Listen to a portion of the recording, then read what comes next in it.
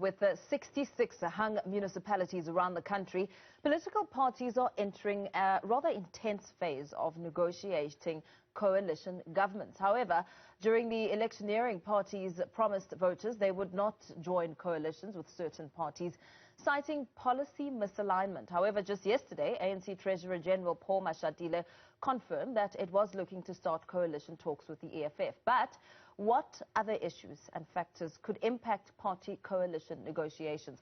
For more on this, we're joined by Amuzweni Ngoma, a political economy researcher from the Mapungubwe Institute of Strategic Reflection. A very good morning to you. Thank you so much for your time. Now, as the dust essentially settles after the local government elections, there's a lot of questions about horse trading kicking in, that bargaining behind closed doors. And it's an important one, especially with these elections and the outcome that may have been unexpected by some parties. What's the foundation that needs to be laid as these parties come together to talk and jostle for power? Thank you. I think it's actually a very important culture, and we need to look at how political parties tend to think of themselves and speak about themselves during the time that the elections were actually being reported. We saw that a lot of the different political actors were speaking about who they would not get into a coalition with and who they might get into a coalition with. But what we want to see is rather a political culture where political parties are necessarily ready to enter into a coalition negotiation well before the election results are actually, stated. This allows them at least the time and a period within which they can actually strategize very carefully who they might want to get into a coalition with, based on values, based on principles, and also based on the kind of governance arrangements that they actually want to get to see during the period in which they might get into a coalition government. So the moment where the results were coming in, right, and the surprise amongst other political actors of the results, right, shows that they themselves were not necessarily expecting that they would lose so much, and that they were not necessarily also expecting that they would necessarily have to have serious talks that require deep compromise with other political parties. So essentially, within our political culture, right now we have a moment of distinct unreadiness amongst the key political actors, right? I must say that at least there was a particular moment where the DA did speak to the fact that they had actually structured a broad kind of strategy of how they would perhaps, approach coalition formation. Now, this is very important because coalitions don't necessarily just happen, right? It takes a very distinct kind of art to actually negotiate what you want and not to compromise too much on your own principles and what you also offer to the electorate. So this particular moment is going to really need people that are very good negotiators. It is also going to need, a moment where political actors kind of cease and desist from the kind of electioneering posture that they've been having, and actually move and transition towards a posture of being able to listen, being able to think through compromise, and actually being able to think through strategic programs of action. Amuzweni, hung councils will essentially be the order of the day as these talks get underway. We've already heard the ANC Treasurer General Paul Mashatile saying that there's some level of trust between the ANC and the EFF, as they may differ with certain aspects, but going into these talks, there is some level of trust. How important will it be for the talks and as these parties come together to have the right motives and prioritize issues of service deliveries? Like, for instance, the EFF has already said that before they go into talks with the ANC, they want a program because they want to ensure that they address the very important problem in Hammanskraal, for instance, of a lack of water. Absolutely. I think that is actually a residual matter coming out of the kind of coalition arrangements that we saw in Tshwane after the 2016 period. And I must say that the level of trust that the Treasurer General has spoken to about between the EFF and the ANC is in fact, a very good kind of like glue, right? So he's kind of like speaking the kind of the right language to actually ensure that by the time they actually do sit down and talk to each other, they've already constituted something that brings them together and something that enables them to talk to each other. Certainly, I don't think that the ANC would necessarily be disagreeable to the idea that to the need for the delivery of water in Hammanskraal. That the situation of water in Hammanskraal is something that is a failure of the municipality that necessarily must not actually be repeated. But in this particular moment, you can see that the EFF is taking a kind of a much more dominant and superior role that elevates them in the minds of the electorate and also their voters about continuing to kind of like fight for the service delivery that is desperately needed in particular areas of the country.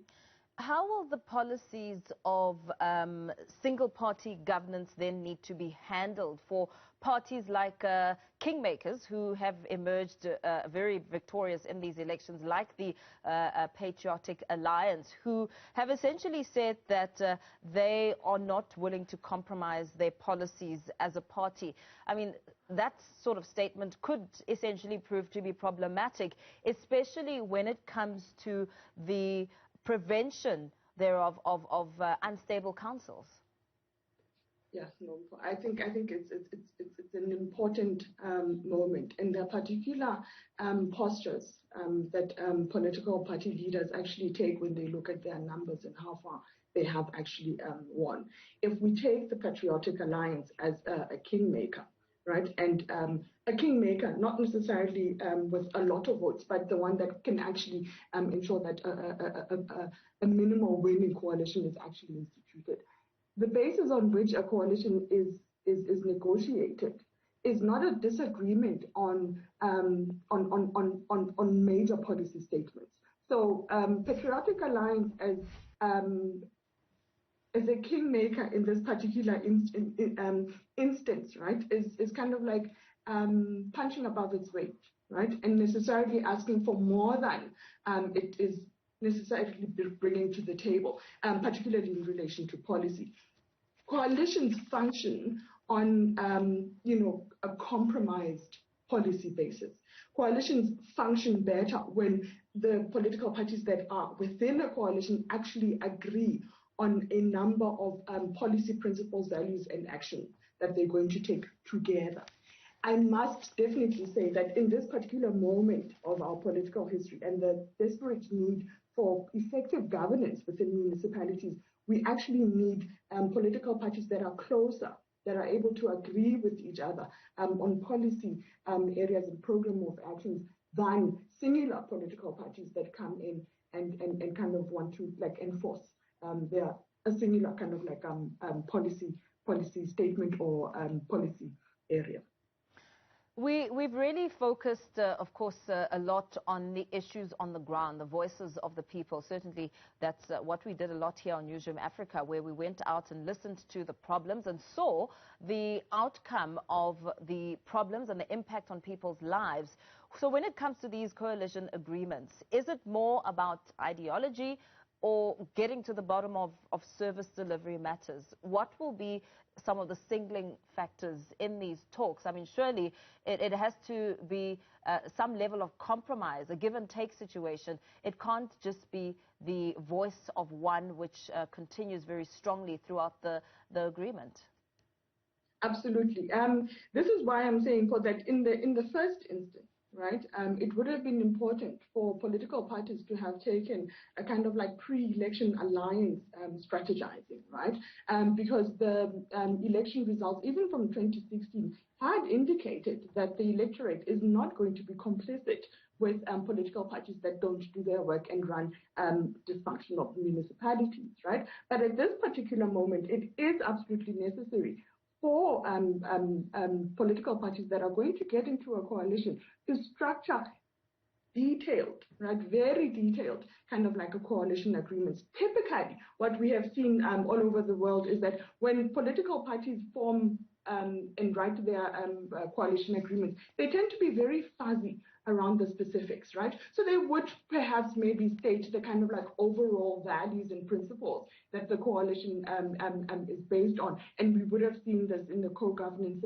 agreements that the DA-led coalitions had actually stated. It had broad principles about we're just not going to run corrupt governments, we're going to make sure that we push back on the ANC and so on, and that there will be no jobs for pals and that kind of thing. But specifically right now, we need to see coalition agreements that actually get to a place where they're a little more detailed, and detailed specifically around issues of resource allocation, because we have seen moments within municipalities where service delivery is stuck. Because political parties are not able to agree on specific resource allocation. Nelson Mandela Bay being a key case in point there. So it is necessary that as political parties start to speak to each other and negotiate at the table, that their party functionaries are actually developing very specifically detailed programs of actions that would be rolled out in those specific municipalities. Very well. Thank you so much for your time. Amuzweni Ngoma, a political economy researcher for the Mapungubwe Institute of Strategic Reflection, speaking about some of the conditions and the groundwork that needs to be laid out for these coalition agreements to really produce stable councils and benefit the communities in which they serve. We do continue, of course, with our election coverage, of course, bringing you the aftermath as the talks now need to progress and advance to different stages, those conversations coming up here on Newzroom Afrika.